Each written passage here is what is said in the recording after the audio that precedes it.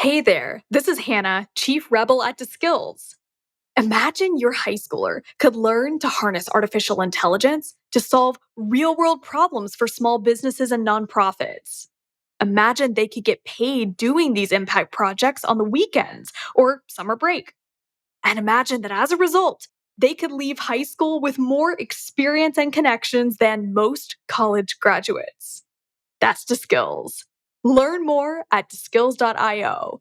That's dskills.io. This podcast is funded by Ted Dintersmith, the executive producer of the acclaimed film Most Likely to Succeed, and the author of the best-selling book What School Could Be.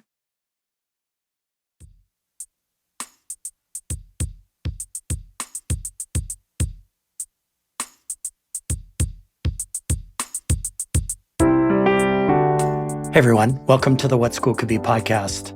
I'm your host, Josh Rapoon. Before we start the show, please check out all the resources at whatschoolcouldbe.org and our global online community.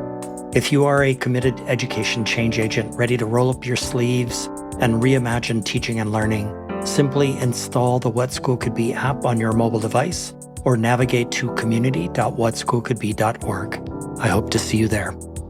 At the Global Nomads Group website, their vision, mission, and about begins with this paragraph, quote, "In 1998, 4 college friends had an idea to connect young people across the globe to foster dialogue and forge meaningful connections. They had heard about the emergence of video conferencing technology and thought maybe they could use it to link classrooms," end quote. What happened over the next decades, listeners, is the subject of this episode. My guest today is Sandra Stein, Chief of Programs and Learning at the Global Nomads Group. Sandra is a passionate educator, writer, scholar, and justice advocate who leads staff and youth in the design, delivery, and assessment of Global Nomads Group's unique programs. She is the author of 2 books on education policy and practice, and her writing has appeared in leading periodicals. She has a doctorate in education from Stanford University and a long and deep teaching resume. The best way to introduce Sandra to you, listeners, is to use the words of individuals who have written about her.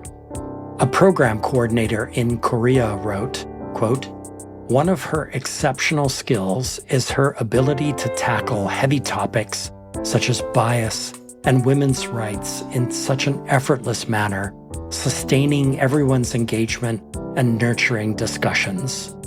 Her extensive knowledge and experience in curriculum development and instructional material design ignited a passion in me to dig deeper in this path. Dr. Sandra is one of those once-in-a-lifetime individuals who come into your life and help you reach a reckoning by dissecting your life, your biases, and infusing you with energy to reach for your potential," end quote. A former programs coordinator at Global Nomads had this to say about Sandra, quote, "Beyond her technical and leadership skills, Sandra has a unique talent for fostering an inclusive and collaborative environment.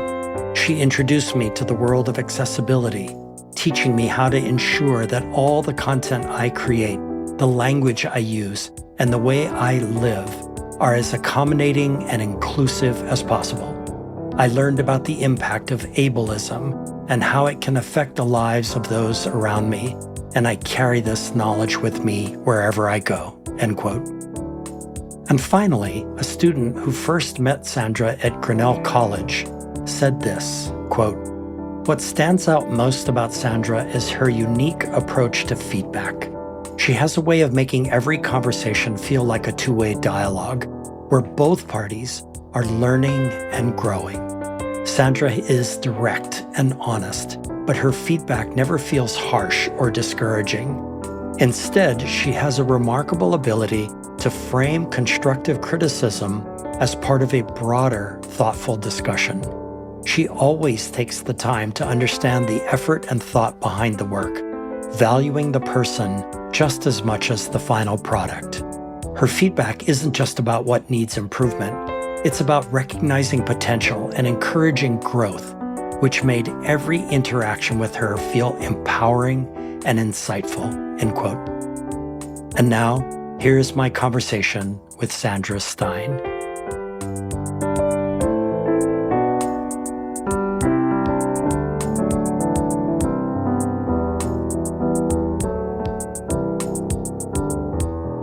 Sandra Stein, welcome to the What School Could Be podcast. Thank you so much. I've been looking forward to this conversation. So, Sandra, I think the best way to capture for our listeners what you were thinking and feeling during your middle and high school years, lo those many years ago, is to note that you read two seminal books on your own, which would have raised questions in your mind or anybody's mind for sure. And these two books are Summerhill by A.S. Neal and Pedagogy of the Oppressed by Paulo Freire. By the way, while I was in high school, Sandra, I distinguished myself by carrying around openly and reading Mao's Little Red Book, which got tongues wagging for sure. So talk about raising questions. Let's use the two books you read as a way to have you share your mixed feelings about this thing we call school and your experience with it, those many years ago. And what questions did these two works raise, and how did you address them even at that early age? So I think part of what those books inspired in me was a way of noticing the use of school as social control. Hmm. And that there was an alternative role that school could be playing, which would be to spur creativity and open up possibilities of the mind and play and shifting power from centralized teaching coming from this sage on the stage model to really harnessing the wisdom of the classroom and all of the people in it. And I'm explaining this in a way that was not the language I certainly used at the time, but I definitely felt like the aspects of school that were about control scraped against something in my core. Hmm.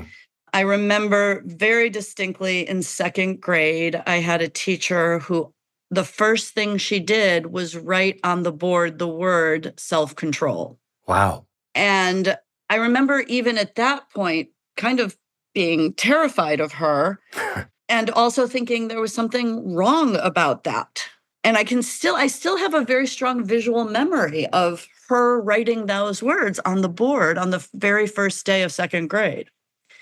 And in my way of being, where discovery and difference and exploration were really exciting to me, and this notion of controlling groups of children or an individual controlling oneself felt off for what I thought education could be about from Hmm. a very young age. I can't really explain why. There was just something inherent in me that questioned and challenged the way things were organized and the messages we were getting from a pretty young age. Hmm. Was there anything happening outside of school that maybe was contributing to that sense that there was something different about this, or that you had at least questions in your mind about this thing called school? What was your life like outside of school every day?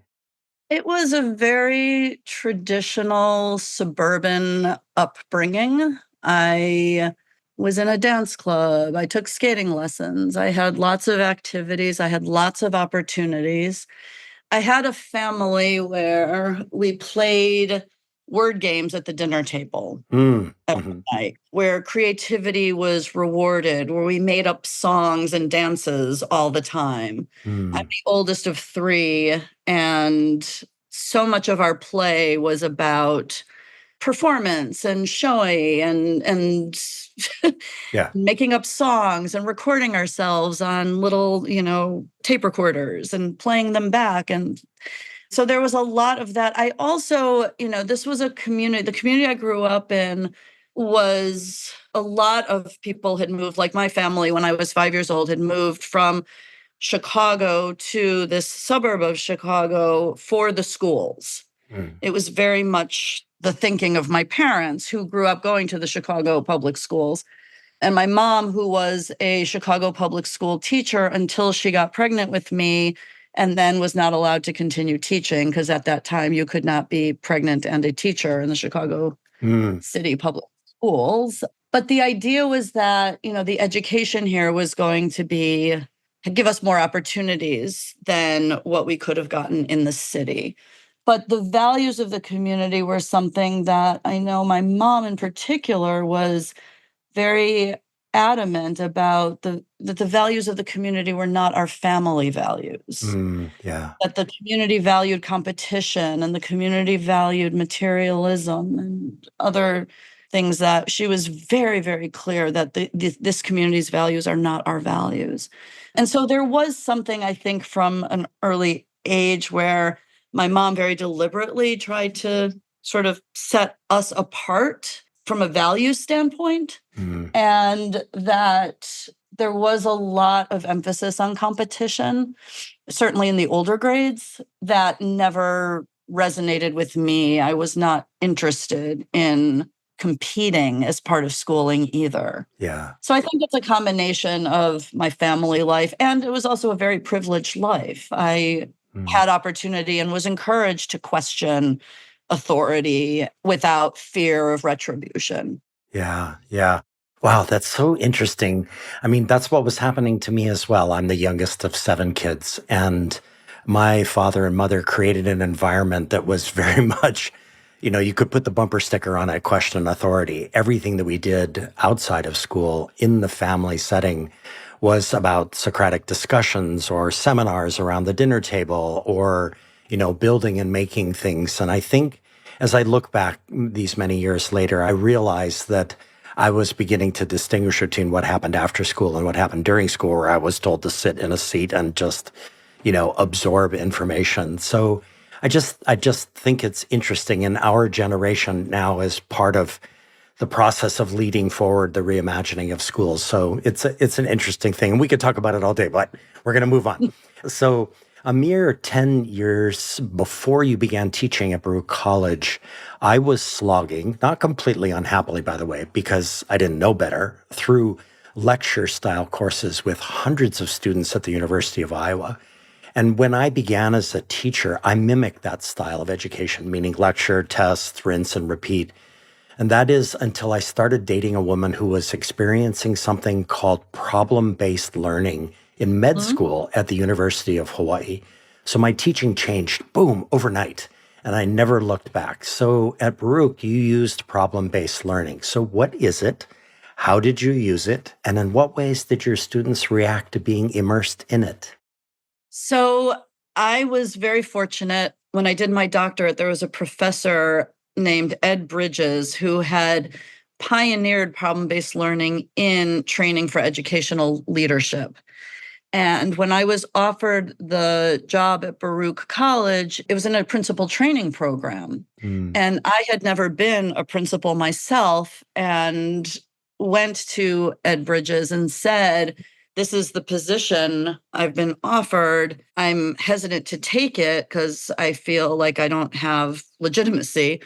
And I would like to explore the problem based learning you've done. And also, as part of my arrangement with Baruch and accepting the offer, I wanted them to commit that I would co teach with a sitting principal that Mm. could be hired from New York City public schools because I could design the problem based learning and they could give me what needed to be in it Mm. and also co-facilitate the classes with me. So problem-based learning is a pedagogy that uses complex problems that are often in the form, I mean, they can be really multidimensional now. At the time, they were mostly just in paper form, right? You would write up a problem scenario Right. and put teams of students into the middle of the problem. and then have them work as teams to address whatever the problem was. And Ed Bridges was incredibly generous in giving me all of his materials. I took them and then worked with a sitting principal in New York City to make them feel like a New York problem, Right. uniquely New York school leadership problem. And so we started adapting Ed's work and infusing it and then building beyond it really into New York City problems. And that experience was really powerful for both myself and the principal, whose name was Myrna Wapner, in working together to create these scenarios and then having our students, who were all teachers studying to be administrators or to getting the administrative license, observing their way of working around it as a team, because there's a lot of learning in just what happens in the team dynamic, irrespective of the content of the problem.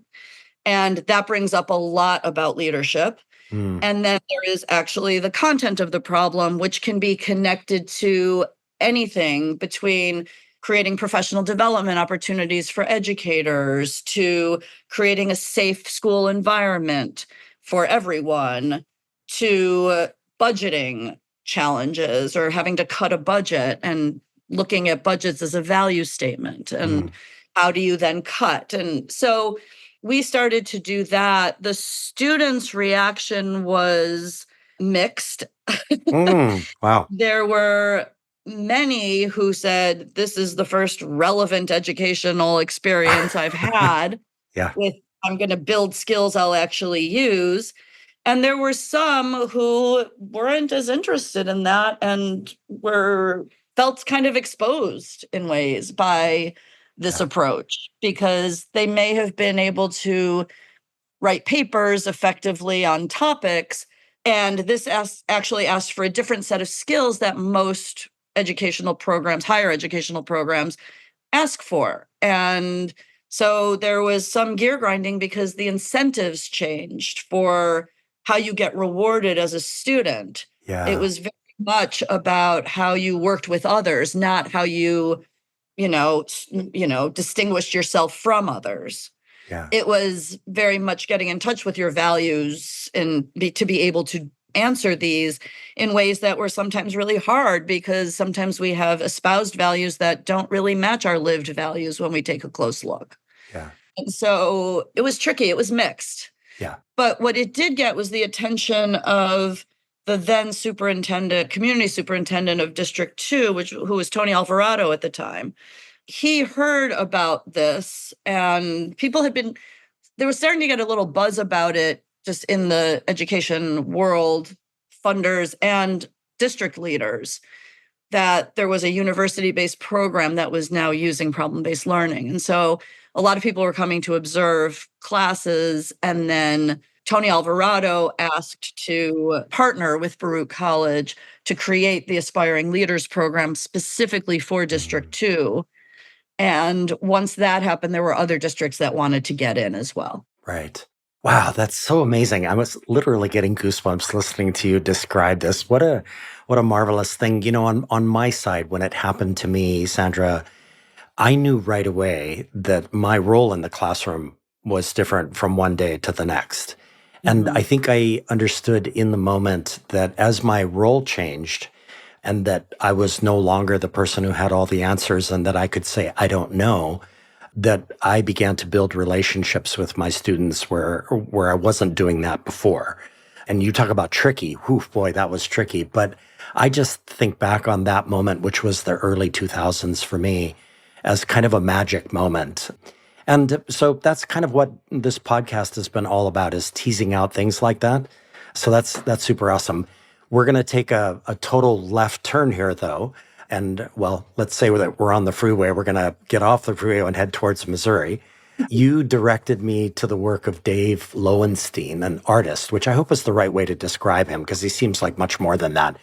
And he does mural projects that connect people across geographic boundaries. And oh my God, I had trouble, Sandra, finding my way out of the rabbit hole that is the website of his public projects.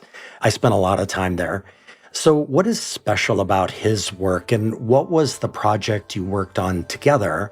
And how is that project sort of foundational to your development as an educator, and then even later with your work at Global Nomads, which we'll get to a little bit later?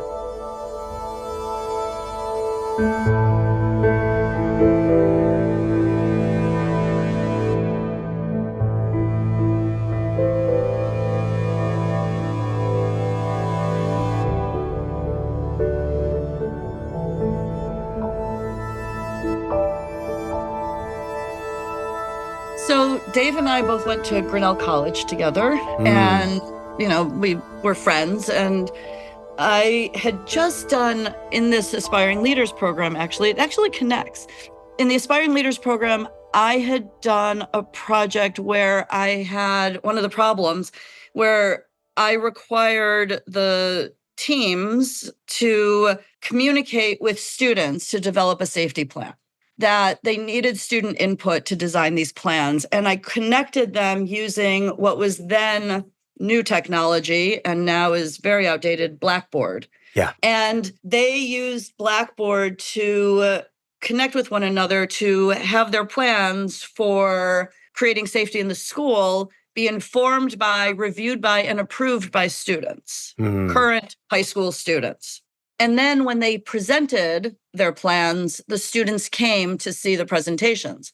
And what was interesting was that the students and adults had been communicating all this time in this virtual space. And when they were face to face, they were both shocked to realize how old and how young each other were. Even though they knew that they were to communicate, the students knew they were communicating with adult educators. The adult educators knew they were communicating with high school students. But then when they were face to face, they were like, oh my gosh, they're so old or they're so young, because it was the ideas that we're carrying and the connection they were able to make now broke down the barrier of age. I read about Dave's work around that exact same time, and I thought, could we use this Blackboard technology to bring together youth from the Midwest, where he was from, and New York City, where I was? And so he and I started talking about this project, and Grinnell College offers this Alumni Service Award named for Professor Wall. And so we applied for the Wall Service Award and got it, and launched this project with the money from Grinnell College. And so Dave's work is amazing. He brings communities together to explore the history, the culture, and the values of the community and create large pieces of public art to represent them. And he often does it in communities where there are power differentials between groups, where there are histories of injustice, and where there are economic hardships. And he is really incredible at bringing communities together to figure out how to represent the pride they have in their community, their aspirations for their community, histories that they don't want to lose. And so we did this using that Blackboard technology and a curriculum that Dave had put together that he used, where people start by doing sketches and they respond to prompts, and the work is interdependent with others. And, you might start by looking across the room, you're all in a circle, and you start by looking across the room and sketch what you see. And then, in a few minutes, he'll say switch, and then you shift and you continue to work on the work of the person to your right, and the person to your left is working on the work you worked on. And you go around the room, and at the end, you have all of these pieces of art that reflect what was directly across the room from you that everybody has worked on. Wow. So I learned a ton working with Dave about creating that interdependence, creating collective work. I'd been doing all this work with teams, but that really deepened my understanding of how you get people working together and different ways to get them working together and to create collective visions and approaches. And also bringing together the youth from these different regions that were wildly different from one another. We were in Holcomb, Missouri, which is a small cotton farming town in the boot heel of Missouri, and then in Manhattan in New York City, although all the students were not from Manhattan, they were from outer boroughs as well, but they all went to the same high school. And getting them in communication with one another before seeing each other, before hearing each other's accents, but really focusing on just the connection that they could have via text and art, right? Because they were creating images and sharing them with each other and then describing the image that was in response to a prompt about their culture or community or anything that was important to them, hobbies. Yeah. They did self-portraits. And this was really possible then because it was at a time not everybody had cell phones, FaceTime didn't exist, Zoom didn't exist. So we really built it until they've then finally just shared photos of each other, of themselves with each other. And then they actually got to meet face to face at the end of it. And the mural, they were creating this mural that basically depicted their work together and getting to know one another.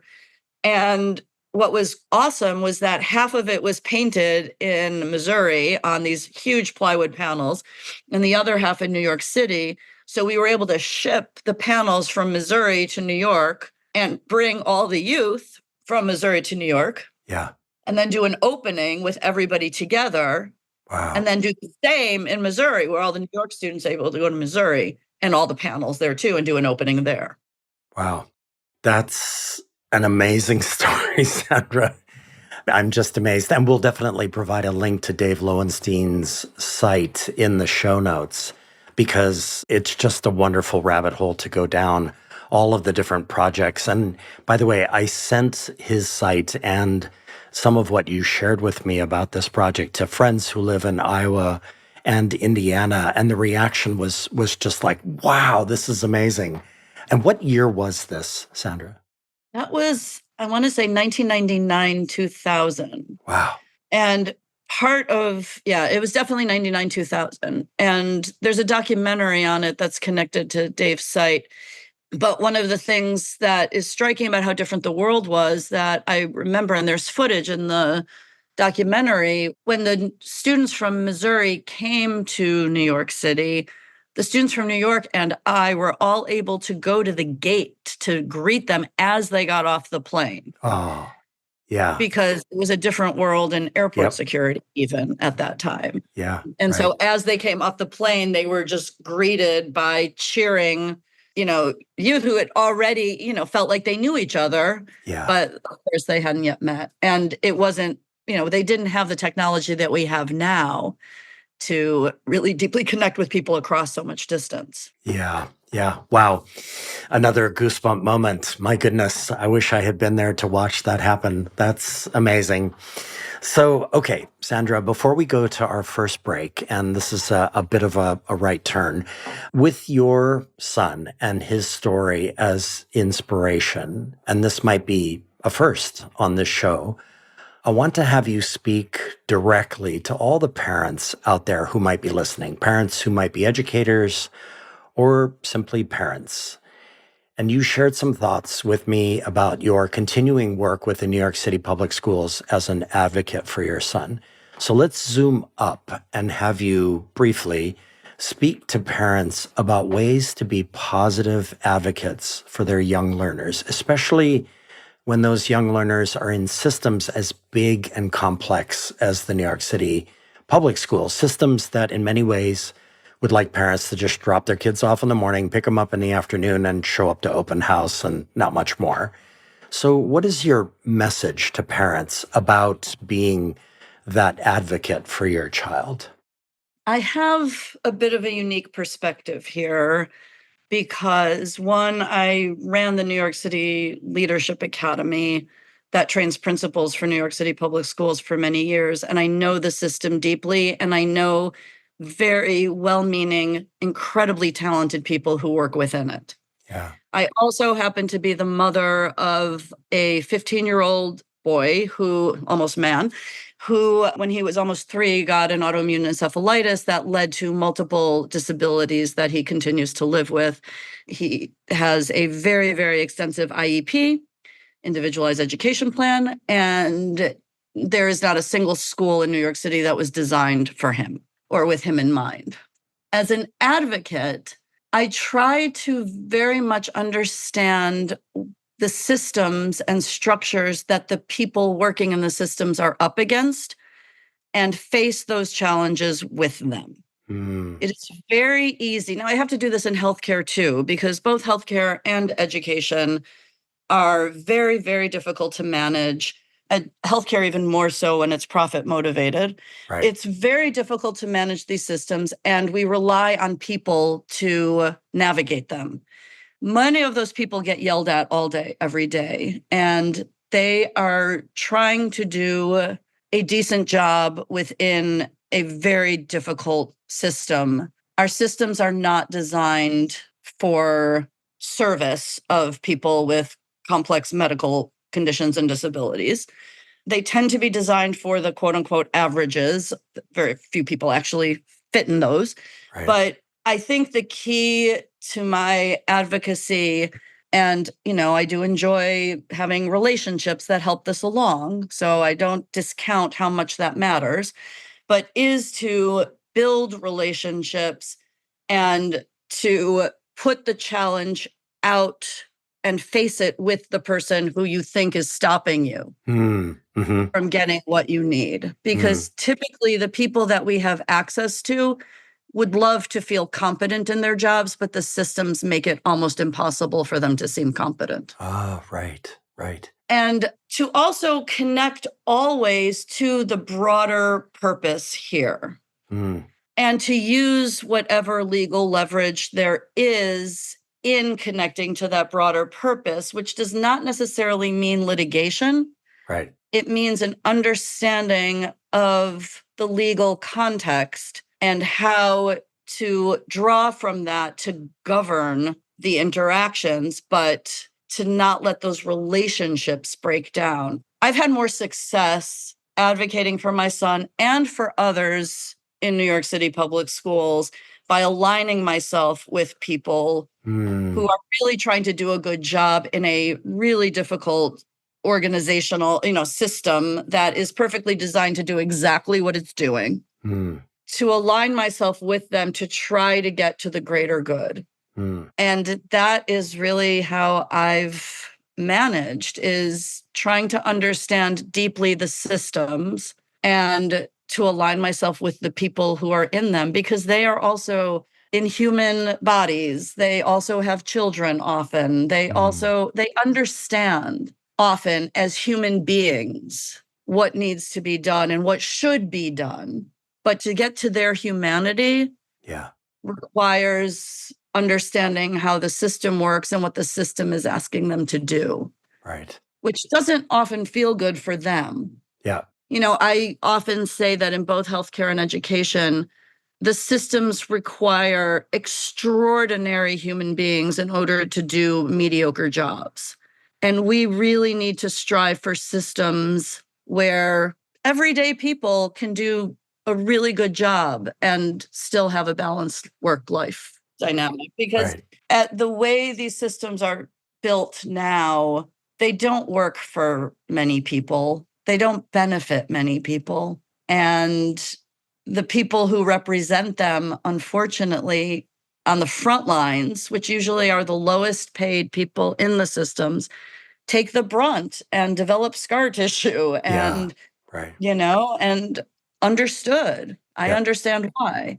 Right. I think the key in many places, in many contexts in advocacy is understanding also what they're up against, which is hard, right? Sometimes I just want to yell at someone too. Yeah. But, and I always say I respect the line until the line disrespects my son, in which case I will then escalate. Right. Wow. Well played. And if I were a parent, I would go back and re-listen to that over and over and over again to pull out all of the individual threads that are in there. But that was very well played. Nicely put. So, hey everyone, we have been talking to Sandra Stein. Stay with us. We will be right back.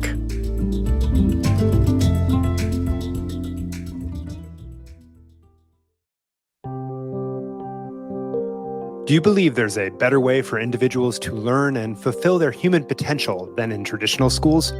If so, then join me on my two podcasts, The Future of Education and Future You, where we explore these issues and more.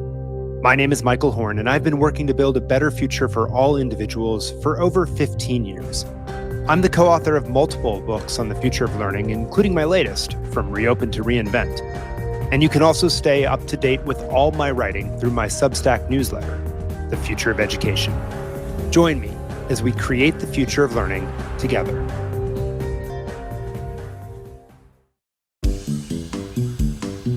What does the future of learning look like? All the big changes going on in tech and society these days are raising tough and fascinating questions about education and where it's going. We dig into those questions every week on the EdSurge podcast. I'm Jeff Young, an editor and a reporter at EdSurge, and I sit down with educators, students, and scholars for frank and in-depth conversations about how education is changing. You can find the EdSurge podcast wherever you listen, or just go to edsurge.com and click on the podcast link. I hope you'll check it out.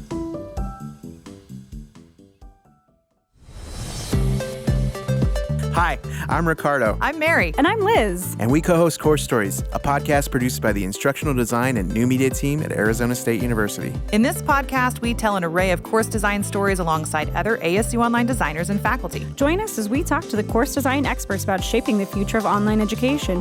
Tune into Course Stories, where innovation meets instruction. Find us wherever you listen to podcasts. Course Stories! Perfection. Hey everyone, we are back with Sandra Stein, Chief of Programs and Learning at the Global Nomads Group. So Sandra, the About page for the Global Nomads Group starts with the following paragraph, and I quote, "In 1998, 4 college friends had an idea to connect young people across the globe to foster dialogue and forge meaningful connections. They had heard about the emergence of video conferencing technology and thought maybe they could use it to link classrooms," end quote. So this paragraph, Sandra, really stopped me in my tracks. Like, think about what's happened since 1998 as we have this conversation post-global pandemic via Zoom. So as a way for folks to understand global nomads, let's have you give a brief summary of what it is and what it does.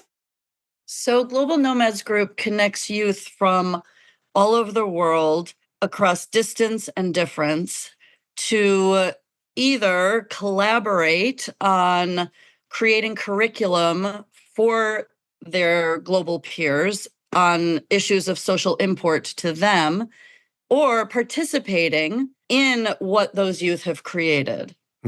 So we have a suite of curriculum that we have produced, that youth have produced.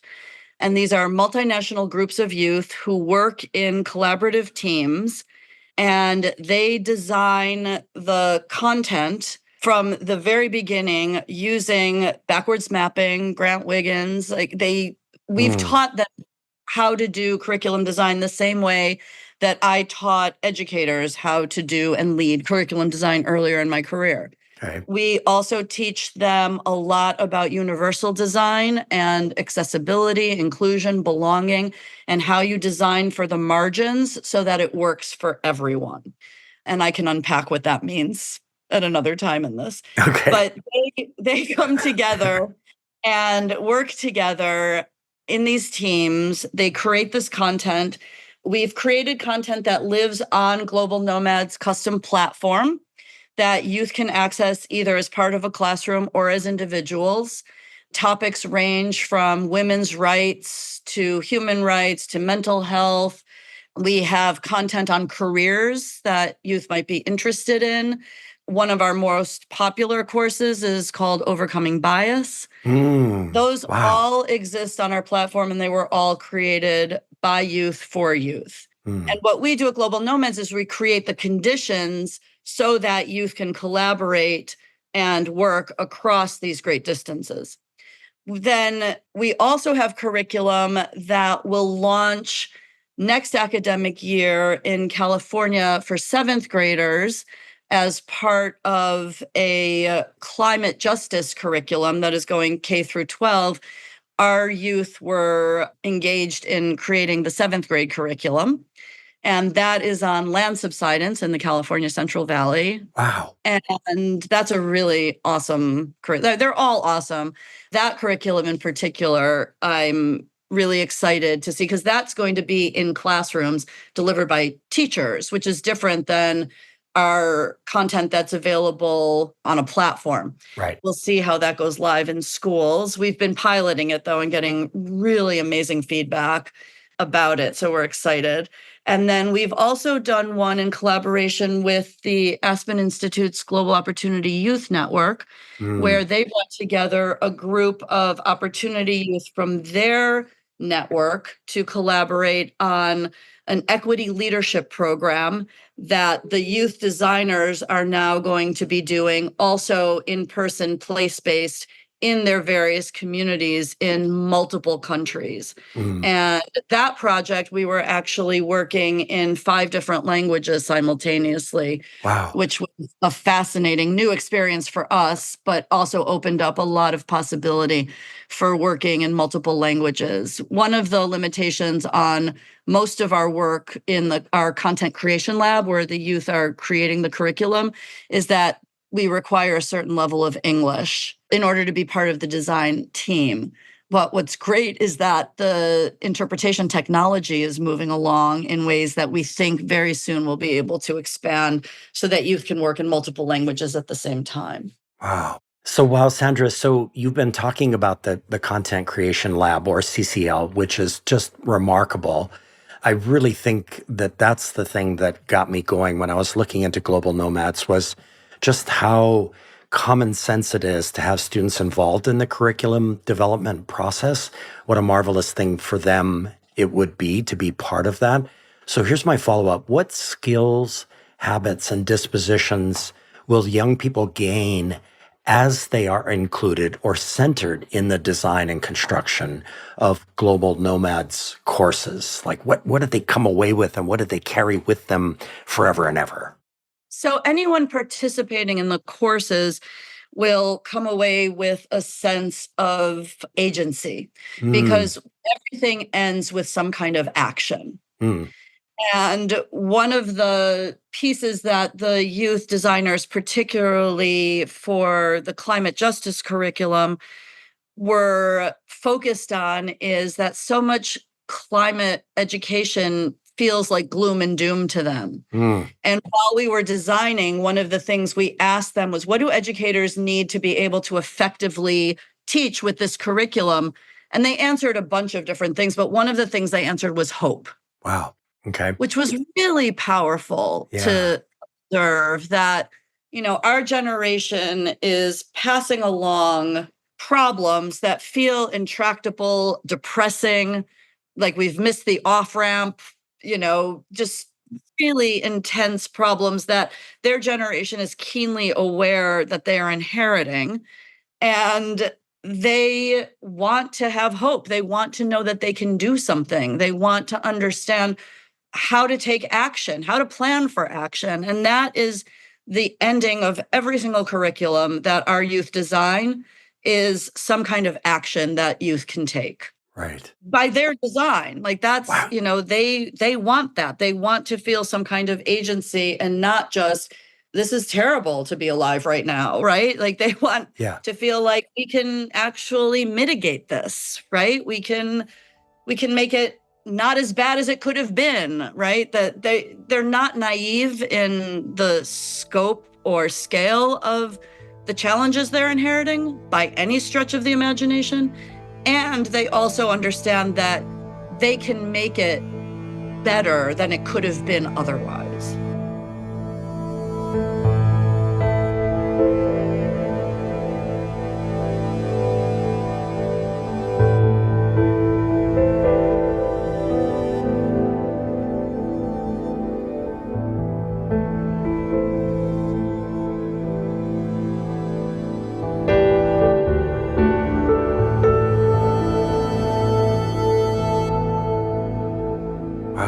And so can I connect it back to what you were talking about so beautifully before the break, which is that it feels to me like the kids who go through these experiences, let's take the climate project, for example, will become advocates in the way that you expressed to parents who are listening the process of advocacy. Is that a fair way of looking at it? Like build relationships, figure out your legal issues, and so on and so forth?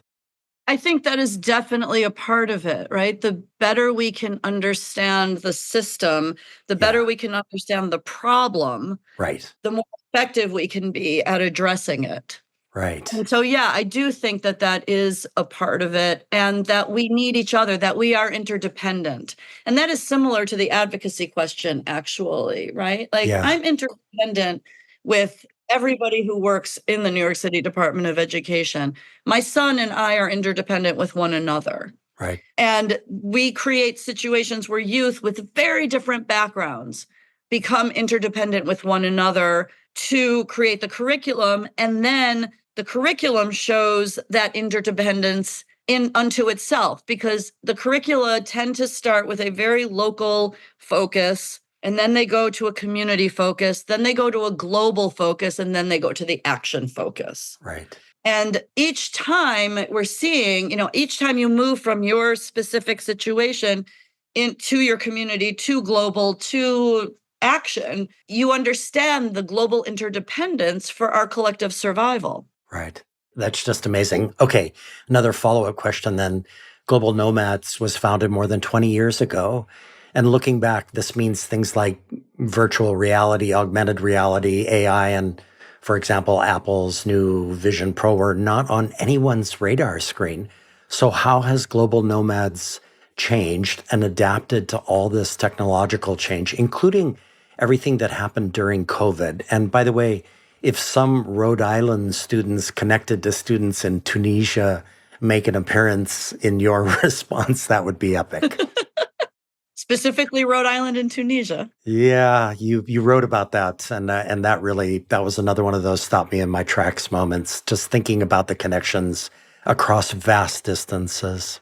Yeah. So the technology in the beginning of Global Nomads Group, the founders were lugging satellite equipment into Rwandan villages Right. and connecting them with classes in Los Angeles. Now, people can connect for something they can hold in their hand, Yeah. right? These phones are ubiquitous. And in the context where youth don't have devices or data, we have supplied that for them so that they can connect. We have grown considerably in our use of technology as the technology becomes available. And the youth tend to be ahead of us in their knowledge and understanding and agility with it. Mm, So we are also taking our cues from them as things are developed and become available at an affordable scale. Now they do most of their meetings on Zoom. Not everybody is able to connect reliably. There's load shedding in many countries where they turn off the internet accessibility for periods of time. We try to schedule around known load shedding. Sometimes load shedding happens and we don't know. We're in the middle of a meeting.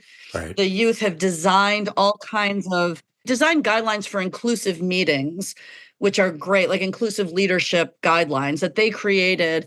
And inclusion extends to all manner of access limitations, be they technological, be they based on disabilities, be they based on language, be they based on time zone Mm, difference, right. right? They consider all of that when they figure out how to work together across these vast differences and distances.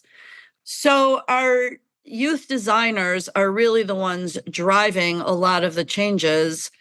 For example, with the Equity Leadership Program, where we had young people from India, Colombia, Kenya, Senegal, Mexico, and Brazil, they really pushed us to figure out how to do meetings in multiple languages with simultaneous interpretation. And that changed everything for their ability to participate and be included and feel included. many of them talk about how accessibility is one of the, and universal design are dispositions that are new to them based on doing this work. They very much gravitate to this idea of nothing about us without us. That comes out of the disability justice movement. And they really run with that in terms of a youth movement, right? Education should not be done to us, nothing about us without us.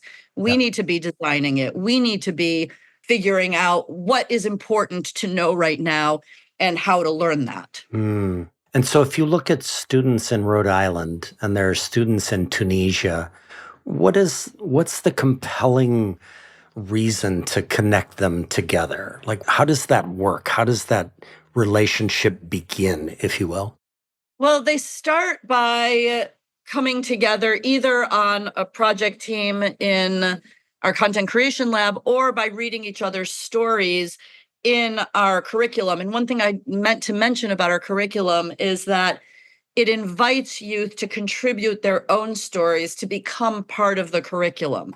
So Got it. participants write themselves into the curriculum by sharing stories that are then available on this large map that's in every one of our online curricula. And you click into it and you can read stories from anywhere in the world. Wow. And the youth in, so a youth in Tunisia and a youth in Rhode Island can find what they both care about and how different they are, and celebrate their differences and connect in their connections. Right. They find interesting ways to connect with each other and really want to. Right. They want to connect. They want to learn about one another. And they want to also learn, okay, so this is how I experience women's rights in this context. What is this like for you? And in sharing those stories, the shared value of human rights is there, and they're living in very, very different contexts where gender dynamics are quite different from one another and also have some underlying similarities. Wow, this is just so remarkable to me, Sandra. And I just keep coming back to that idea that the students are right there building those relationships through storytelling, through understanding commonalities and understanding differences. And then slowly but surely, or maybe not so slowly, they begin to work on the problems. There's problem-based learning. And along the way, they're becoming advocates. There's a logic to this that's just so beautiful. I want to dive into civic education, but we'll actually do that after the break. So, hey everyone, we've been talking to Sandra Stein. Stay with us. We'll be right back.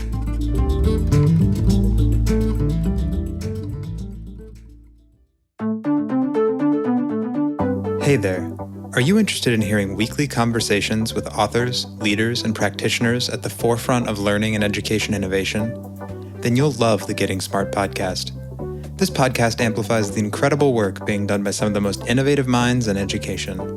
Learn new leadership styles, new technologies, new frameworks and mindsets, and get the fuel you need to stay motivated and curious. Together, we can empower all learners to thrive. It's available at gettingsmart.com or wherever you listen to podcasts. Hi, friends. This is Toy Hirschman from EntreEd. It is my great honor to uplift this excellent podcast, What School Could Be. As always, we are super excited to support innovation in education. We've been lucky enough to feature some of the incredible What School Could Be educators on our podcast. If you are looking to be inspired by entrepreneurs and entrepreneurial educators and other great minds from across the world, check out the EntreEd Talk podcast, and please like and subscribe and leave a review. Thanks for tuning in. Are you ready to shake things up in the classroom? Then get ready to blast off into the future of education with the Teacher Nerds podcast.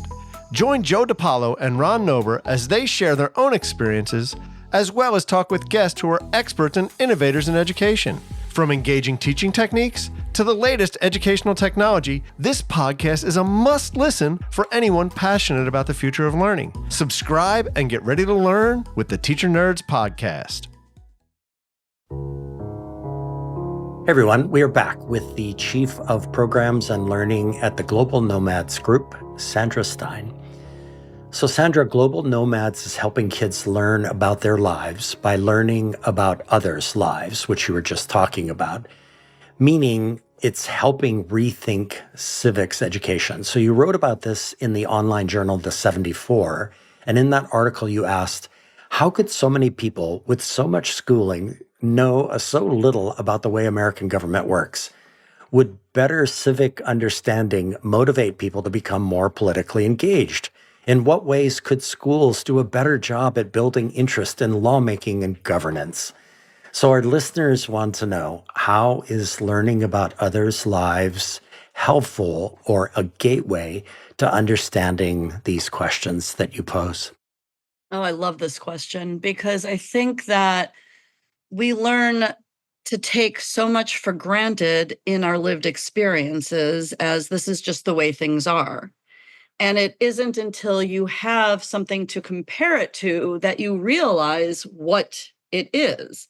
Similarly, in learning a new language, you learn a whole lot about the language that you grew up speaking. In fact, a lot of people say they learned grammar by learning they learned grammar in their first language by learning a second language because the grammatical structure and syntax were different. Right. And it's like, oh, this isn't just how things are spoken. This actually has meaning connected to it. And there's all kinds of cultural, linguistic connections that I've taken for granted. And now I can see through a different lens because this other language actually approaches it differently. It actually structures the sentences differently. Right. And so I think it's really important to have perspective and we talk a lot about perspective shifting at Global Nomads Group. And one way to do that perspective shifting is to try and observe something from a different perspective. And to connect with somebody who has had different lived experiences is one of the most effective ways of doing that, especially if you're working on something together. Right. Right? If you're collaborating on something and you experience it completely differently, it opens up your world to your own ability to observe your own life from a different lens. And your own lived experiences, you come to understand as just one experience that you've explained to yourself in a certain way, that there may be lots of other ways of explaining.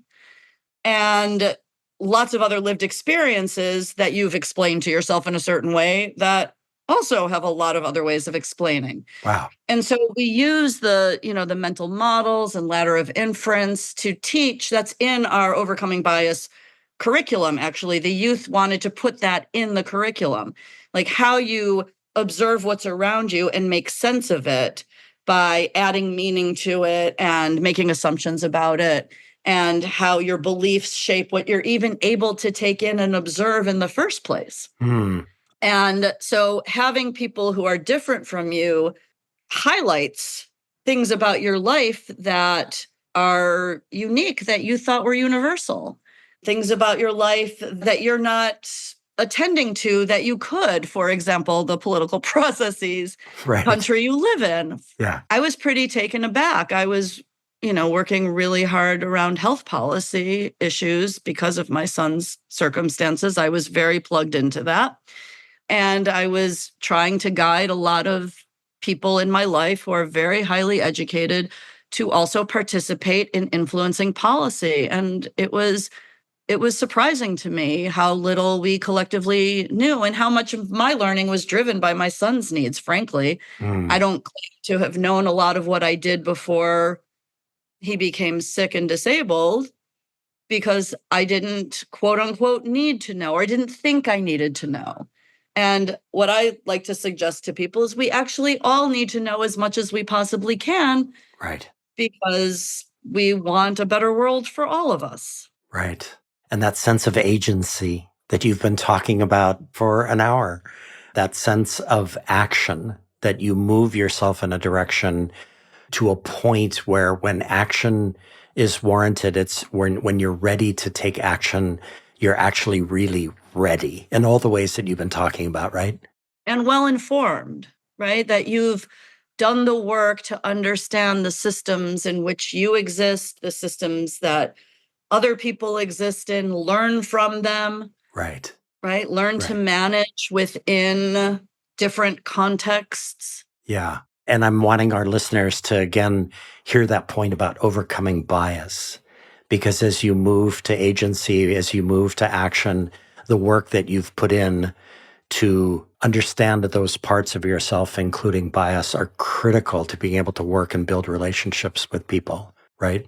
Definitely. Wow. Definitely. I mean, one of the questions we ask people to ask themselves all the time is, what would they need to be thinking for their behavior to make sense? Yeah. And what do I think that makes sense of my behavior? And you start to then put yourself behind somebody else, inside of somebody else's thinking. Like, what would they need to believe for this to make sense? Right. And then, try and figure that out. You're forcing yourself to empathize with somebody who you may feel like you're in opposition with, or just so different from that you have nothing in common, or there's no point of connection. But if you can really get inside their sense making, you can see possibilities for connection, allegiance, alliance, and moving forward.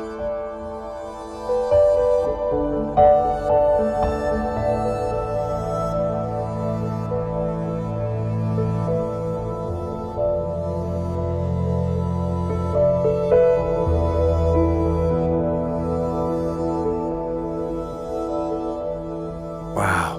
That's just amazing, Sandra. And I'll take us back to that moment when the kids came off the plane in New York and also in Missouri, right? And that moment of connection there. How much work went into that moment? My goodness, goosebumps again. Okay, so Sandra, this might be a little bit out of left field, but last year I read a book titled The Good Ancestor, and in it the author talks about, quote, cathedral thinking, meaning a way of seeing one's work as laying the cornerstone to a structure that people will be working on generations after one has passed away. And I'm very aware of this, Sandra. In my moment, I'm 65 years old, and it would be entirely okay for me to be sort of looking back and thinking that most of my work is already in the past. But I'm in a moment right now that's quite magical for me, where I'm not thinking that way. I'm actually thinking about possible cornerstones that I'm laying for future generations, even yet unborn. So if you are working on something here in the summer of 2024 that feels like laying a cornerstone or has a sort of I seek to be a good ancestor quality to it, I would love to know more. So Global Nomads Group has 2 upcoming Content Creation Lab projects. One about overcoming bias in AI, and the other about neurodivergent leadership. Wow. Okay. And I am very excited about both of these because I do think that the world that is upon us with artificial intelligence opens up a lot of possibilities and a lot of fear for what is possible in promoting bias. Right. I believe that the youth, we're launching that cohort right now. And I just finished reading the bios of all of the youth it's an application process. So all the youth who are part of this cohort, I was just reading all of their bios, and I am so excited for the work that they're going to do. And if there's anything that I'm doing in this project and the one on neurodivergent leadership, which I'm also extraordinarily excited about, is creating the conditions for youth to work together to reach their generation with projects and approaches and dispositions and values that create a greater sense of belonging, a deeper sense of interdependence, a deeper sense of commitment to one another, and kindness across all manner of distance and difference. Wow. And if there's anything that I'm doing, it's just creating the conditions for that to be possible.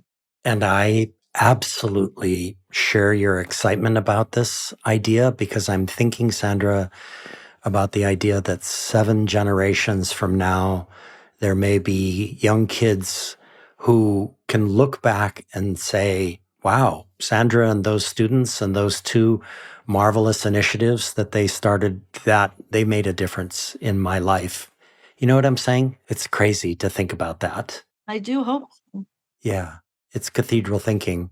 Yeah, particularly, I learned a lot about disability justice and the disabled activists who have gotten us to where we are now. Right. And I know my son deeply benefits from what they have done. Yeah. And I always say also with my son, and, he's very good at exposing system failure in both education and healthcare. And one thing I always say to him is that, we're going to try and leave these systems better than we found them. Yeah.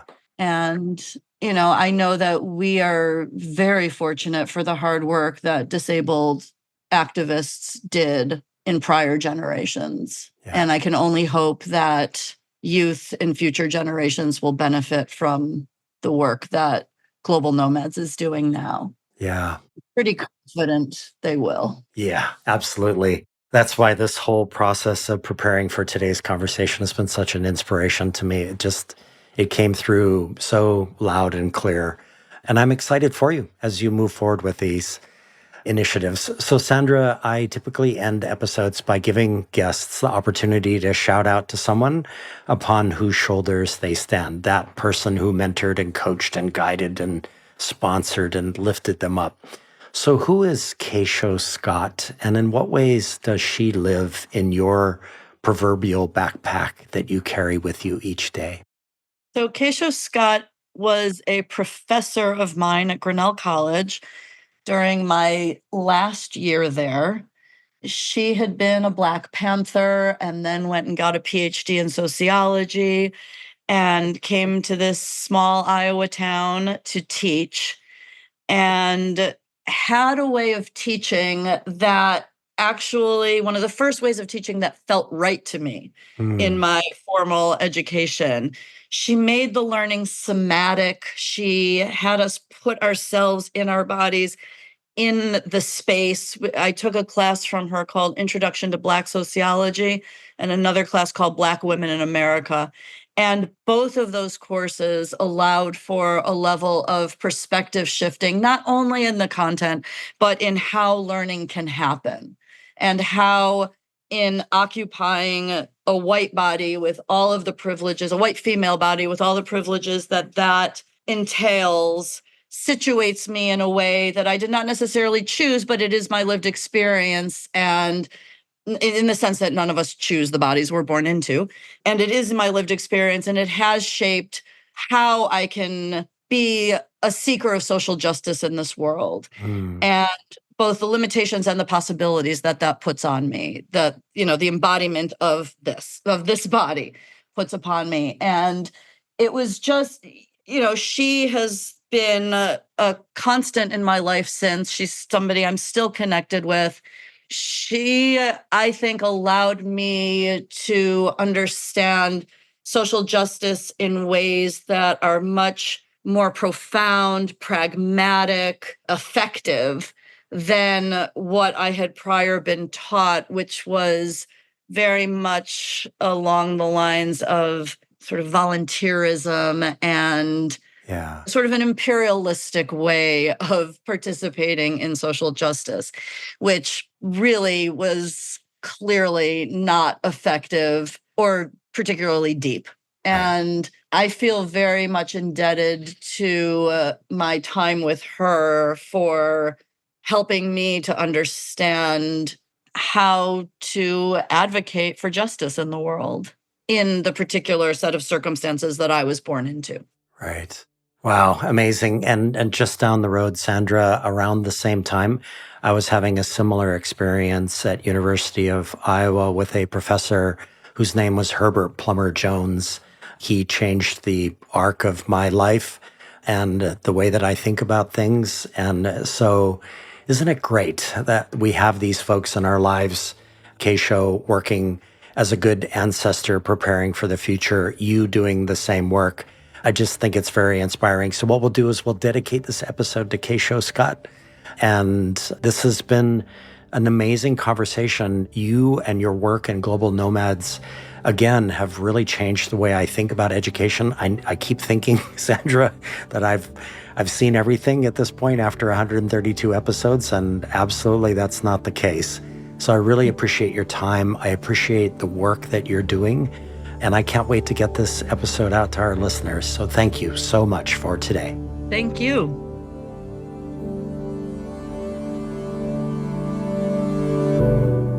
Our editor, creative consultant, and sound engineer is the talented Evan Kurohara. Our theme music is created by a remarkable pianist, Michael Sloan. Producer of 12 albums with over 100 songs, Michael Sloan is featured in Apple Music, Spotify, and all major music platforms. You can also find his work on his YouTube channel. Michael has listeners in over 100 countries and 2,000 cities. We'd be grateful if you would support these episodes with leading edge, innovative and imaginative educators and students by giving us your own rating and writing a review wherever you get your podcasts. This series is sponsored by Education Change Agent, Ted Dintersmith, executive producer of the award-winning documentary film, Most Likely to Succeed, and author of the best-selling book, What School Could Be. If you are committed to rolling up your sleeves and joining thousands of educators, business professionals, nonprofit leaders, and parents as we reimagine education to be relevant and learner-centered, please join the What School Could Be global online community. Simply log in to community.whatschoolcouldbe.org or download the What School Could Be app from your favorite app store. The What School Could Be podcast is brought to you by Josh Rapoon Productions. Send your feedback to josh@whatschoolcouldbe.org. Follow the show on Twitter @WSCB Podcast and on LinkedIn @Josh Rapoon. Listeners, one of the most important things we all can do is to bring kindness and compassion into the world. For sure, we need a surplus of both right now. Until next time, ahui ho, and thank you for listening to the What School Could Be podcast.